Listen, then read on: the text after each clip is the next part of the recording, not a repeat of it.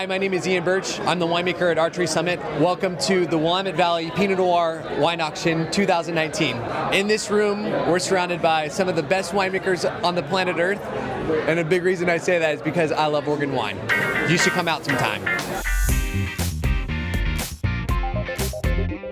I think we're feeling like after this is year number 4, that you know how events sort of make it or break it in year number 3, and we feel a lot of energy from our bidders and our vintners, and everybody's pretty excited right now. Pinot Noir remains the focus. I mean, of the total 92 lots, 86 are Pinot Noir, but Chardonnay deservedly has a place in the Willamette Valley auction. Chardonnay lots are a lot of fun too. We're doing them as collaborative lots, and so the chairs or former chairs, I call us antique chairs when you're done, but we're allowed to do these collaborative lots, and so these are truly one of a kind. You're never going to get these 2 or 3 in the case of Shirley's lot collaborating on a single wine like that. So it's absolutely one of a kind.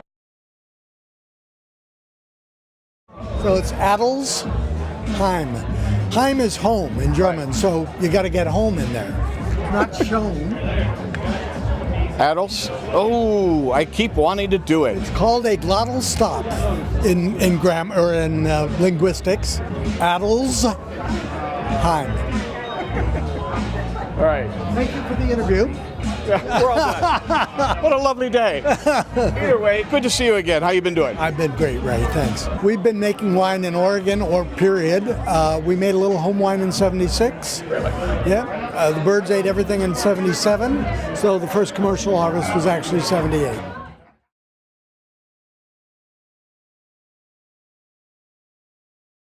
I know the 17 was a gorgeous vintage, really lovely acid.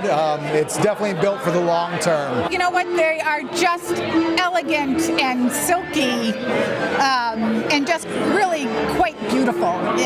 Really surprised me at first. I was a little worried about it. We had a huge crop load come in and it got a little overwhelming, so we called it the dilemma. But after going through and tasting through all of our wines, I was pleasantly surprised. I think it's delicious. Of all the recent vintages, I think it's probably on the prettier side. 16 for me, I think there's like a nice underlying ripeness, nice acidity, and 17s I think follows suit. Good morning, Ray. Good morning. How are you both doing today? Doing great. Happy to be here. We're awake. It was a good party last night. If they were, that would be a lovely little watering hole for them, for sure. If you get a chance, look at the Willamette Valley map. There's a multicolored map out front as you come in. There is a Sasquatch on that map. So if you can find it, it's extra credit.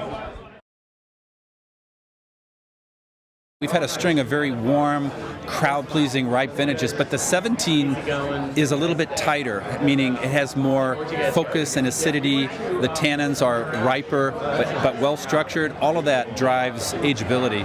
As Scott said, this is a really balanced vintage that we're about to taste here today. Very, very similar to some of the other vintages that we are re-exploring now. 2017 is a bit of a throwback to the 70s and 80s.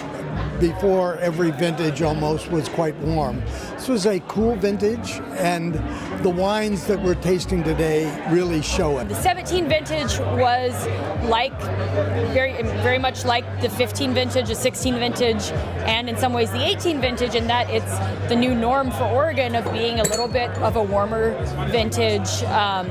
No problem with getting ripeness on the fruit. It was a special year. We've had a long string of fairly warm early years. I think these kind of cooler conditions during ripening allow us to retain some of the subtleties of aroma in the wine. So I think the wines kind of have some of what a warmer year delivers in terms of fullness, roundness, weight, but some of those kind of subtle aromatics and complexity. It's beautiful. It's a really beautiful vintage. You know, the 14s and 15s were a little bit warmer. We really don't have hot years in Willamette Valley, but warmer. 16s are really opulent, and I think 17 has a level of elegance that has the structure and at the same time really has a lot of the effusive generosity that Willamette can get in good years. It was a warmer than average year, but it's still, we were able to preserve that acidity.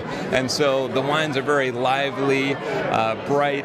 There's still good lushness of fruit, so the tannin and the fruit are in balance with the acid. But it reminds me a little bit more of a classic Oregon vintage that we haven't had for a few years. We're producing some Pinot Noirs that, although it was a little cooler, leaner year, they're very lively with great acidity and real brightness of fruit. So we're very happy with the elegance. The 2017 wines for us in the Willamette Valley were really spectacular vintage. We had like this very kind of classic Oregon warm days, cool nights. So we had a bigger, what we call diurnal shift, in the temperature. So that is, absolute perfect, more than we could ask for Pinot Noir. So I think 17 is going to be another beautiful year for Willamette Valley Pinots.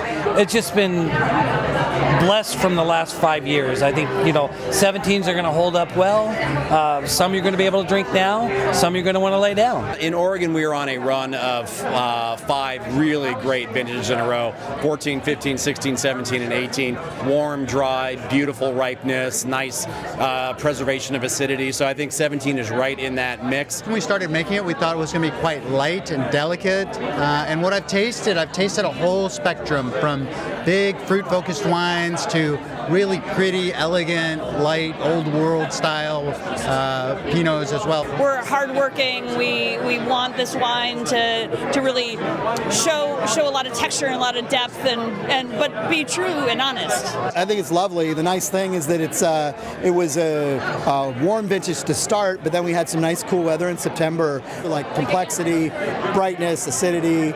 I think the 17s are going to be awesome wines on release and also really age-worthy examples. 27 vintage is very Oregon. The acids are through there.